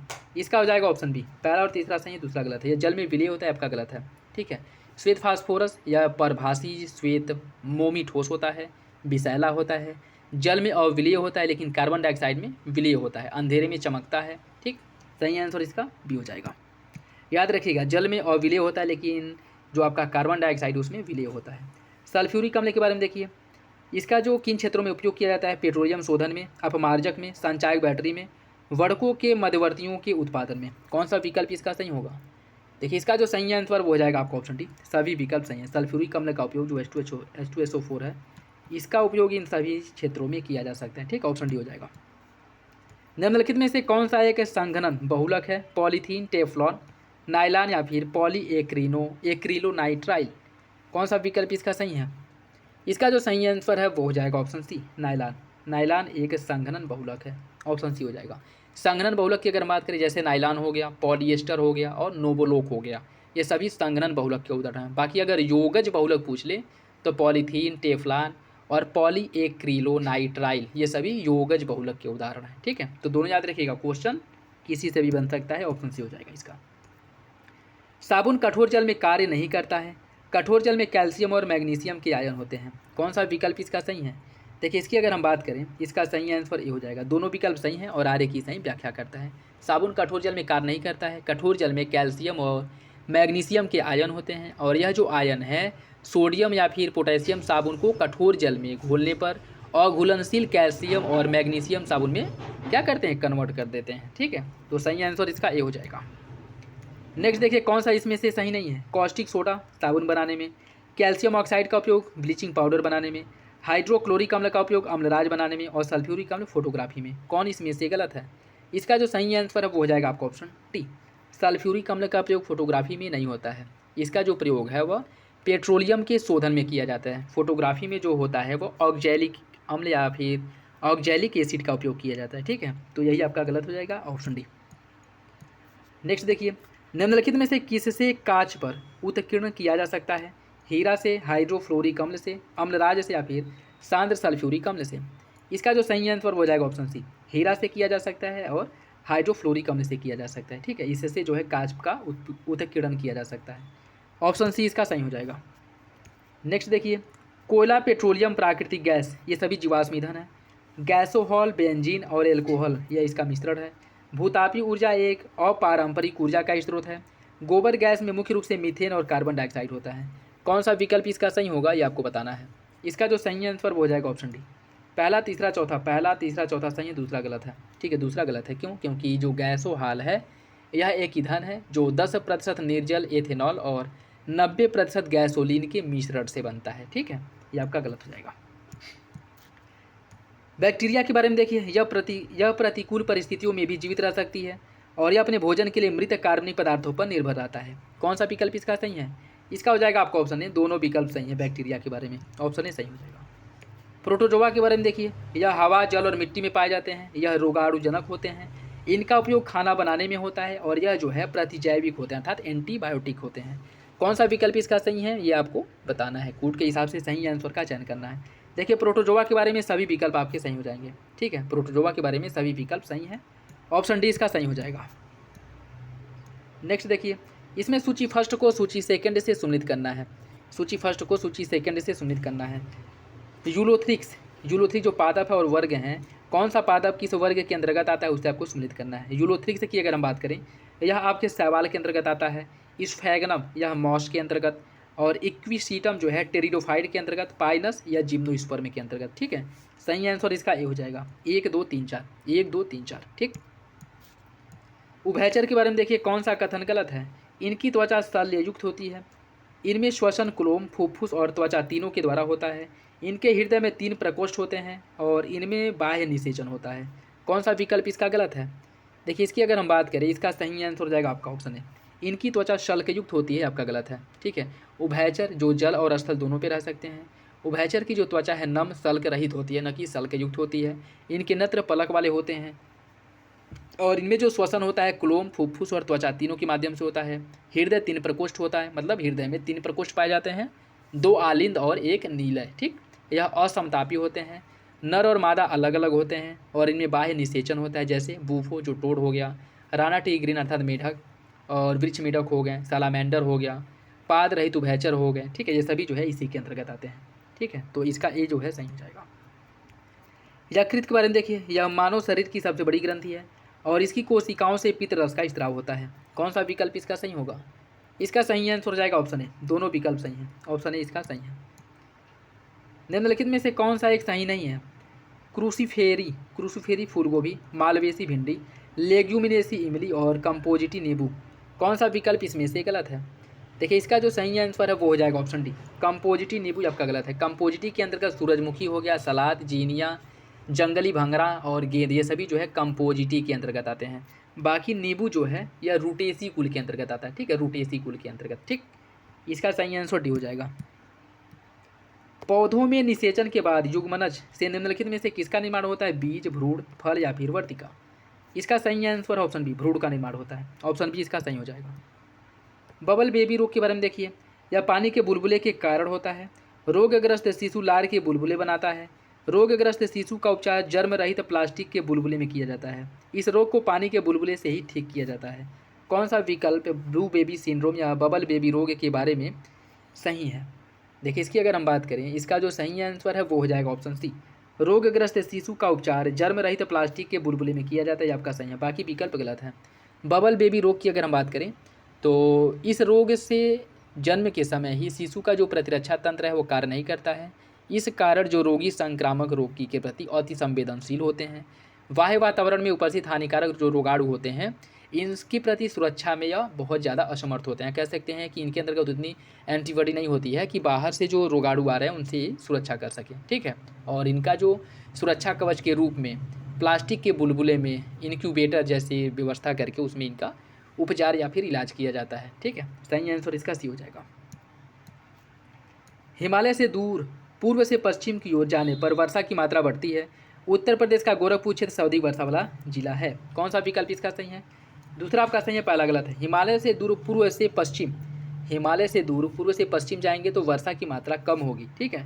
पूर्व से पश्चिम जाने पर वर्षा की मात्रा कम होती है। सबसे अधिक हिमालय क्षेत्र में जो वर्षा होती है वो उत्तर पूर्व में होती है, ठीक है। जो मेघालय मिजोरम वाला क्षेत्र है, असम वाला, वहाँ पे, ठीक है। बीज का सही हो जाएगा। उत्तर प्रदेश के आगरा, मथुरा, अलीगढ़ प्रमुख बाजरा उत्पादक जिले हैं। यह क्षेत्र आर्द्र जलवायु क्षेत्र के अंतर्गत आता है। कौन सा विकल्प इसका सही है? देखिए पहला आपका सही है, दूसरा गलत हो जाएगा, ठीक है। उत्तर प्रदेश में बाजरा की जो कृषि है वह शुष्क जलवायु वाले क्षेत्र में की जाती है, जहाँ पे वर्षा 50 सेंटीमीटर से कम होती है, ठीक है, जहाँ वर्षा 50 सेंटीमीटर से कम होती है। और उत्तर प्रदेश में जो बाजरा का उत्पादन है आगरा, मथुरा, बदायूं, अलीगढ़, मुरादाबाद, एटा, फिरोजाबाद, मैनपुरी, इटावा वाले क्षेत्र में मुख्य रूप से की जाती है, ठीक। सही आंसर इसका ये हो जाएगा।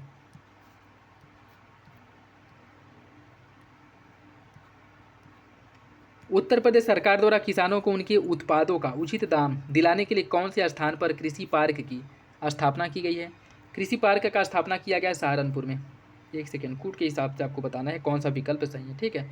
कृषि पार्क का जो स्थापना किया गया है यह आपके लखनऊ में किया गया है, सहारनपुर में, ठीक है। लखनऊ में किया गया है, सहारनपुर में किया गया है और वाराणसी में किया गया है, ठीक। सही आंसर इसका सी हो जाएगा। एक और 3,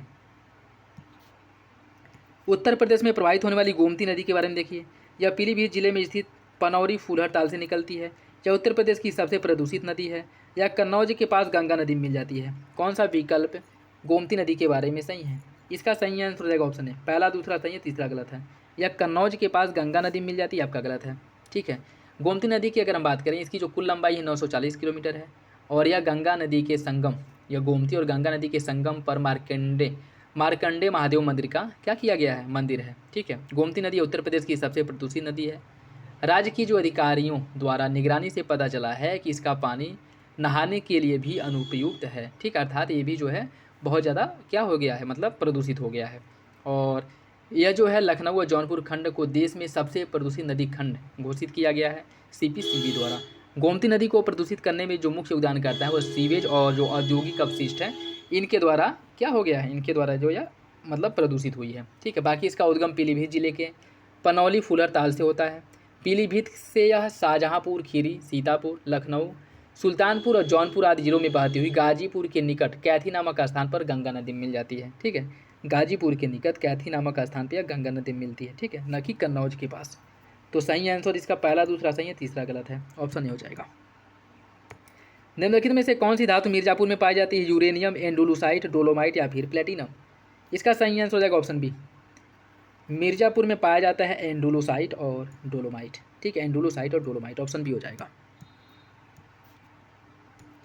नेक्स्ट देखिए, इसमें सूची फर्स्ट को सूची सेकंड से सुनिश्चित करना। पार्वती आरगा पक्षी अभयारण्य कहाँ पे है?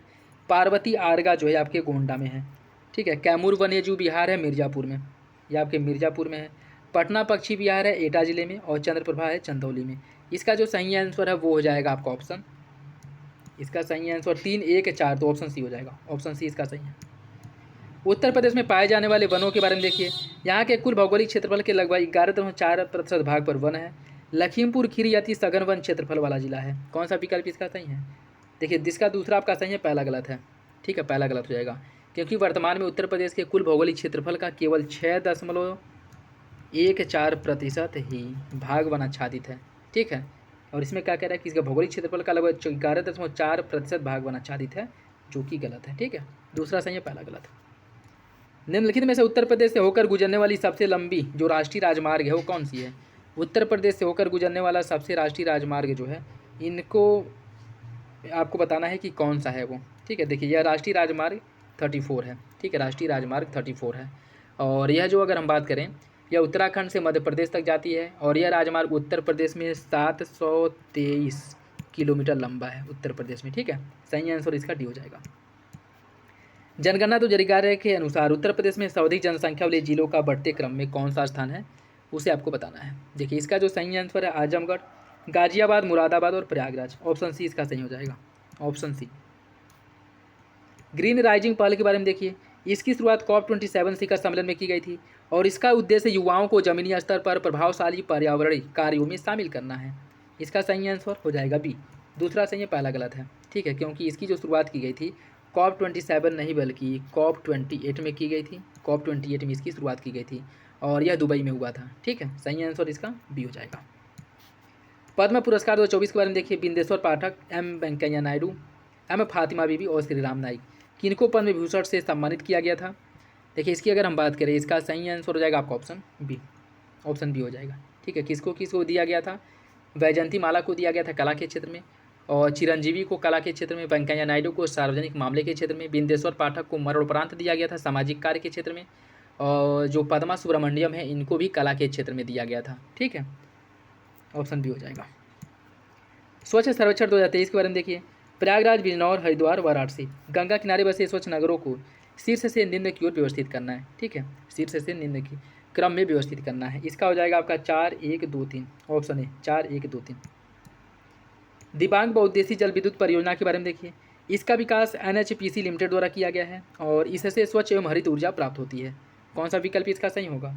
इसका हो जाएगा आपका ऑप्शन है, दोनों विकल्प सही हैं, दोनों विकल्प सही हो जाएगा। नेक्स्ट देखिए, क्वेश्चन पुराना हो गया, इसको छोड़ते हैं। प्रवाह पोर्टल के बारे में देखिए, इसकी शुरुआत वित्त मंत्रालय द्वारा की गई थी, और इसके माध्यम से कोई भी व्यक्ति या संस्था लाइसेंस या विनियामक अनुमोदन प्राप्त कर सकता है। कौन सा विकल्प इसका सही होगा? इसका जो सही आंसर है वो हो जाएगा ऑप्शन बी। दूसरा सही है, पहला गलत है, दूसरा सही है, पहला गलत है, ठीक है। क्योंकि प्रवाह पोर्टल की अगर हम बात करें, इसकी जो शुरुआत है वह RBI द्वारा, RBI के गवर्नर शक्तिकांत दास द्वारा किया गया था, ठीक है। सही आंसर इसका भी हो जाएगा। सितंबर 2024 में चौथे global renewable energy meet and expo में समग्र श्रेणी में नवीकरणीय ऊर्जा क्षमता हासिल करने वाले राज्यों का सही अवरोही क्रम क्या है? इन्हें जो है अवरोही क्रम में आपको व्यवस्थित करना है, ठीक है। इन राज्यों को अवरोही क्रम में व्यवस्थित करना है। देखिए, इसकी अगर हम बात करें, इसमें आ जाएगा पहले नंबर पे गुजरात, गुजरात है पहले नंबर पे, ठीक है। एक सेकेंड, इसमें पहले नंबर पे गुजरात आ जाएगा, राजस्थान, फिर तमिलनाडु, ठीक है। इसका जो सही आंसर वो हो जाएगा आपका ऑप्शन है, ऑप्शन है इसका सही है। फरवरी 2024 में प्रधानमंत्री द्वारा निम्नलिखित में से किसे गगनयान मिशन के लिए नामित किया गया था? प्रशांत बालाकृष्ण नायर, अजीत कृष्ण, अंगद प्रताप या शुभांशु शुक्ला? कौन सा विकल्प सही है? इसका सही आंसर हो जाएगा ऑप्शन डी। इन सभी लोगों का चयन किया गया था, जिसमें अंतिम रूप से जो चयनित हुए वो शुभांशु शुक्ला, ठीक है। ऑप्शन डी इसका सही है। निम्नलिखित आर्द्रभूमियों पर विचार कीजिए, नंदराजन पक्षी अभ्यारण्य, तावा जलाशय और काजूवेली पक्षी अभ्यारण्य। इनमें से किसे रामसर स्थल घोषित किया गया है, आपको बताना है। देखिए, इसका जो सही आंसर है वो हो जाएगा आपका ऑप्शन सी, 2 और 3 को, ठीक है। इसका जो सही आंसर, एक सेकेंड, देखिए, इसका जो सही आंसर है वो हो जाएगा आपका ऑप्शन डी। इन तीनों को जो नंजरान पक्षी अभ्यारण्य, ठीक है, तावा जलाशय और काजूवेली पक्षी अभ्यारण्य, इन तीनों को आर्द्रभूमि घोषित किया गया है। सही आंसर इसका डी हो जाएगा, ऑप्शन डी इसका सही है। नेक्स्ट देखिए, इसमें सूची फर्स्ट को सूची सेकंड से सुनिश्चित करना है। कुछ अभ्यास है और किनके बीच में होता है उसे आपको सम्मिलित करना है। एक्स विनवैक्स या भारत और वियतनाम के बीच में होता है। खंजर भारत और किर्गिस्तान के बीच में होता है। समुद्र लक्ष्मण या भारत और मलेशिया के बीच में होता है। और तरकस भारत और अमेरिका के बीच में। सही आंसर इसका 2, 1, 4, 3 ऑप्शन सी हो जाएगा। ऑप्शन सी इसका सही है। भारतीय अर्थव्यवस्था एक मिश्रित अर्थव्यवस्था है। इसमें केवल सार्वजनिक क्षेत्र विद्यमान है। कौन सा विकल्प सही है? इसका सही आंसर ये हो जाएगा। देखिए इसमें दोनों में काउंट्रोवर्सी विरोधाभास है। इसमें क्या कह रहा है पहले में कि भारतीय अर्थव्यवस्था एक मिश्रित अर्थव्यवस्था है, और दूसरे ऑप्शन में क्या कह रहा है कि इसमें केवल सार्वजनिक क्षेत्र विद्यमान है। अगर मिश्रित अर्थव्यवस्था है तो इसमें निजी और सार्वजनिक दोनों क्षेत्र होंगे, तो या तो पहला गलत हो सकता है या दूसरा गलत हो सकता है। और ऐसा कि आप लोगों को पता है कि भारतीय अर्थव्यवस्था मिश्रित अर्थव्यवस्था है, तो मतलब डेफिनेटली दूसरा गलत हो जाएगा। सही आंसर इसका ए है। आर्थिक विकास की धारणा आर्थिक समृद्धि धारण से अधिक व्यापक है। आर्थिक विकास उत्पादन में वृद्धि को प्रदर्शित करता है। सही आंसर इसका क्या होगा?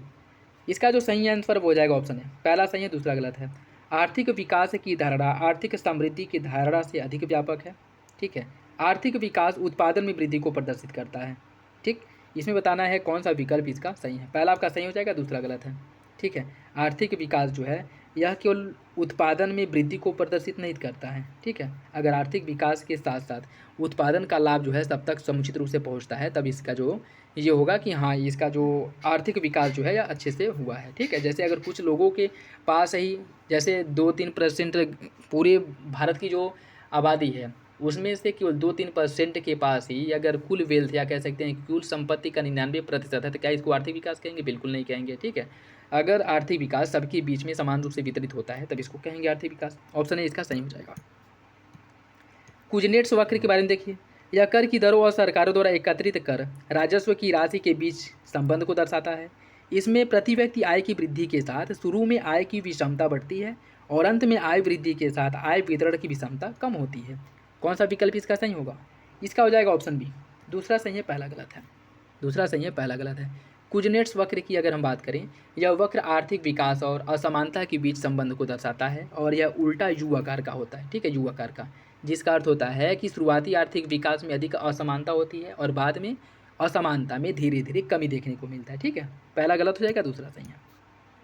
निम्नलिखित में से कौन सा आर्थिक विकास का निर्धारक तत्व नहीं है? प्राकृतिक संसाधन, स्वैच्छिक समाज सेवा, तकनीकी एवं नवाचार या फिर श्रम शक्ति। कौन सा विकल्प इसका सही है? देखिए इसकी अगर हम बात करें, इसका जो सही आंसर है वो हो जाएगा आपका ऑप्शन बी, स्वैच्छिक समाज सेवा।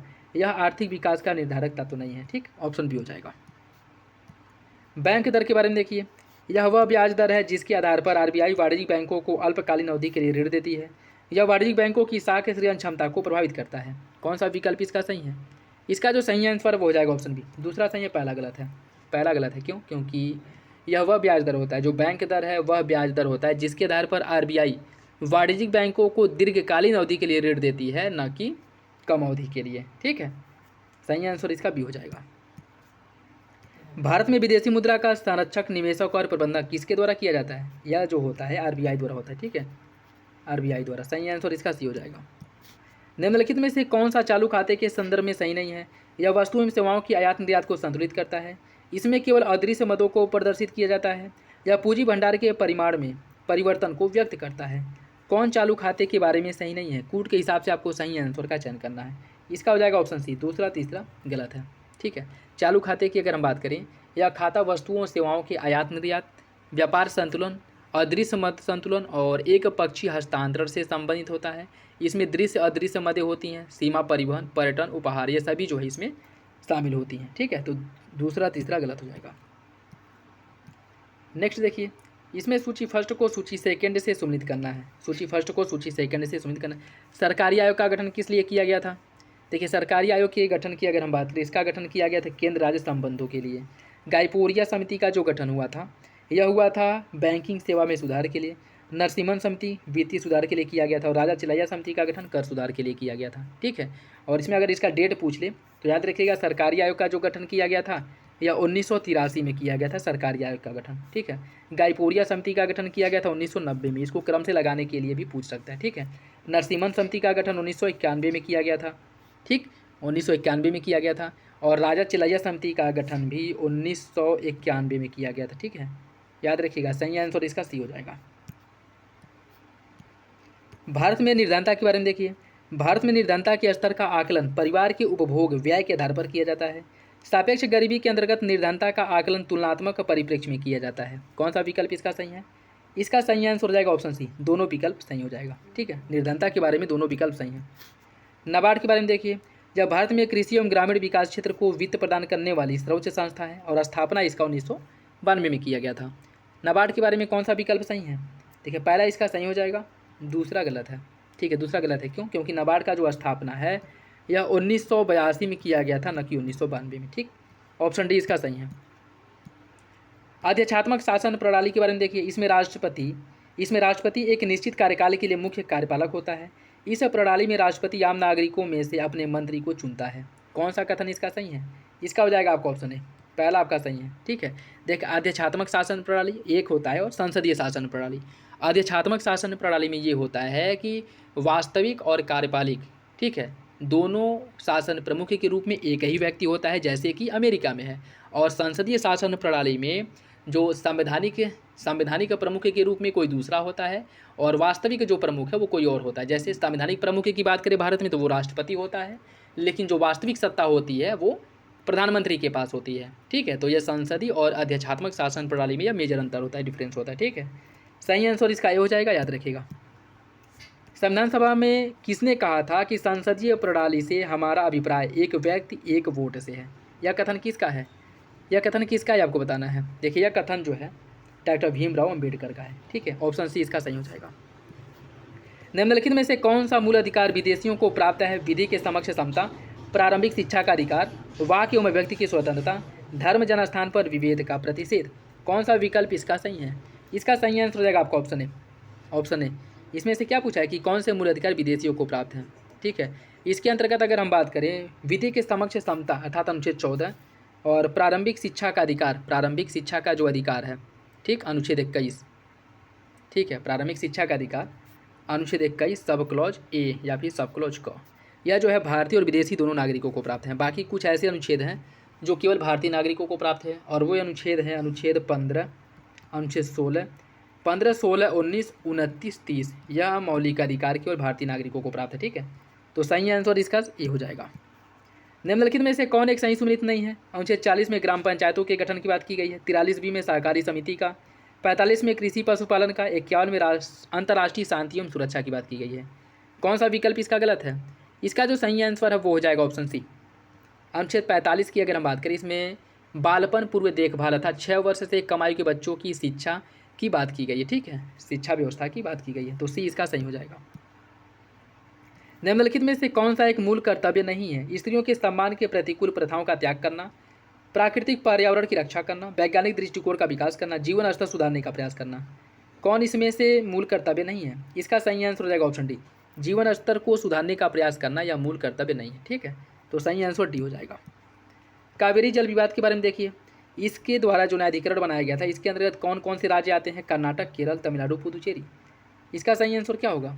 देखिए, इसकी अगर हम बात करें, इसका सही आंसर हो जाएगा आपका ऑप्शन डी, कर्नाटक, केरल, तमिलनाडु और पुदुचेरी। कावेरी जल विवाद इन सभी राज्यों के बीच में है। ठीक है, ऑप्शन डी हो जाएगा। ठीक, और जो अंतर्राज्यीय नदी जल विवाद, या कह सकते हैं कि अंतर्राज्यीय जल विवाद के लिए जो अंतर्राज्यीय परिषद का गठन किया जाता है, अंतर्राज्यीय नदी जल परिषद का, उसका उल्लेख अनुच्छेद 262 में किया गया। ठीक है, इसका सही आंसर भी हो जाएगा। वित्तीय आपातकाल के बारे में देखिए, भारत अथवा इसके किसी क्षेत्र की वित्तीय स्थिति के खतरे में पड़ने पर राष्ट्रपति इसकी घोषणा करता है। राष्ट्रपति की वित्तीय आपातकाल घोषित करने की निर्णय की न्यायिक समीक्षा नहीं की जा सकती। कौन सा विकल्प इसका सही है? इसका हो जाएगा ऑप्शन बी, पहला सही है, दूसरा गलत है। राष्ट्रपति द्वारा जो भी आपातकाल जारी किया जाता है, ठीक है, चाहे वो राष्ट्रीय आपातकाल हो, राष्ट्रपति शासन हो या फिर वित्तीय आपातकाल हो, अगर वह असंवैधानिक, गैर तार्किक है, मनमाना किया गया है, तो इसकी न्यायिक समीक्षा की जा सकती है। ठीक है, सही आंसर इसका बी हो जाएगा। राष्ट्रपति पर चलाए जाने वाले महाभियोग के बारे में देखिए, यह एक अर्धन्यायिक प्रक्रिया है और इसमें संसद के सभी सदस्य भाग लेते हैं। इसमें विधानसभाओं के निर्वाचित सदस्य भी भाग लेते हैं। कौन सा विकल्प इसका सही होगा? देखिए, इसका जो सही आंसर है वो हो जाएगा ऑप्शन ए, केवल पहला सही है। यह एक अर्धन्यायिक प्रक्रिया। ठीक है, बाकी अगर हम बात करें, राष्ट्रपति पर संविधान का उल्लंघन करने पर महाभियोग चलाकर उसे पद से हटाने की बात की गई है। ठीक है, और संविधान में उल्लंघन जो मतलब संविधान का उल्लंघन और संविधान के उल्लंघन में क्या आएगा इसका उल्लेख नहीं किया गया है। ठीक है, कि कौन जो है संविधान के उल्लंघन के दायरे में आएगा, इसका उल्लेख नहीं मिलता है। और महाभियोग जो है संसद की यह एक अर्धन्यायिक प्रक्रिया है और इसमें जो बताया गया है कि संसद के दोनों सदनों के नामांकित सदस्य जिन्होंने राष्ट्रपति के चुनाव में भाग नहीं लिया था इस महाभियोग में भाग ले सकते हैं, मतलब लोकसभा और राज्यसभा के, राज्य विधानसभाओं के निर्वाचित सदस्य और दिल्ली और पुदुचेरी जो केंद्र शासित राज्य हैं इनके विधानसभा के सदस्य इस महाभियोग प्रस्ताव में भाग नहीं ले सकते हैं। ठीक है, इनके जो निर्वाचित सदस्य थे केवल इसके चुनाव में भाग ले सकते हैं, महाभियोग में नहीं भाग ले सकते हैं। ठीक है, तो इसका सही आंसर आपका ए हो जाएगा, दूसरा तीसरा गलत है। ठीक है, नेक्स्ट देखिए, इसमें सूची फर्स्ट को सूची सेकंड से सम्मिलित करना है। सूची फर्स्ट को सूची सेकंड से सम्मिलित करना है। ठीक है, केंद्र सूची के अंतर्गत क्या आता है? जो जनगणना है केंद्र सूची के अंतर्गत आता है। ठीक है, राज्य सूची में पुलिस और सार्वजनिक व्यवस्था आ जाएगा। समवर्ती सूची में आ जाएगा जनसंख्या नियंत्रण और परिवार नियोजन, और अवशिष्ट के अंतर्गत जो है वो आ जाएगा आपका अंतरिक्ष अनुसंधान। सही आंसर इसका 3, 1, 4, 2 ऑप्शन सी हो जाएगा, ऑप्शन सी। वित्तीय आपातकाल के बारे में देखिए, धन विधेयक को लोकसभा अध्यक्ष के द्वारा प्रमाणित किया जाता है। सभी धन विधेयक वित्त विधेयक होते हैं। कौन सा विकल्प इसका सही है? देखिए, इसकी अगर हम बात करें, इसका जो सही आंसर है वो हो जाएगा आपका ऑप्शन ए। पहला दूसरा दोनों विकल्प सही है। ठीक है, ऑप्शन ए हो जाएगा। बाकी देखिए यहाँ से रीजनिंग के क्वेश्चन सही है, मैं आंसर बता दे रहा हूँ, आप लोग क्वेश्चन को सॉल्व कर लीजिएगा। ठीक है, क्वेश्चन नंबर 121, इसका जो सही आंसर वो हो जाएगा आपका ऑप्शन बी। क्वेश्चन नंबर 122 का सही आंसर है D. Question number 123, question number 123 का जो सही आंसर है वो हो जाएगा आपका ऑप्शन बी 35, ऑप्शन बी 35। ठीक है, क्वेश्चन नंबर 124, क्वेश्चन नंबर 124 का सही आंसर है ऑप्शन डी। ठीक, ऑप्शन डी हो जाएगा। क्वेश्चन नंबर 125 का सही answer option D, option D हो जाएगा। क्वेश्चन नंबर 126, इसका जो सही आंसर है वो हो जाएगा आपका ऑप्शन डी। ठीक है, ऑप्शन डी हो जाएगा। क्वेश्चन नंबर 127, क्वेश्चन नंबर 127 का सही आंसर है बी, ऑप्शन बी हो जाएगा। ठीक, ऑप्शन बी। क्वेश्चन नंबर 128 का सही आंसर है option A. Question number 129, question number 129 का सही आंसर डी हो जाएगा। ठीक है, 465 मीटर। क्वेश्चन नंबर 130 का जो सही आंसर है वो हो जाएगा आपका ऑप्शन ए, 4%। ठीक, नेक्स्ट देखिए, सितंबर 2024 में उत्तर प्रदेश के मुख्यमंत्री ने निम्नलिखित में से किस शहर में जटायु संरक्षण प्रजनन केंद्र का उद्घाटन किया था? इसका उद्घाटन किया गया था गोरखपुर में। जून 2024 में यूनेस्को द्वारा निम्नलिखित में से किस शहर को आधिकारिक तौर पर भारत का पहला यूनेस्को साहित्य स्थल घोषित किया गया था? यह घोषित किया गया था कोझिकोड को, जो कि केरल में है।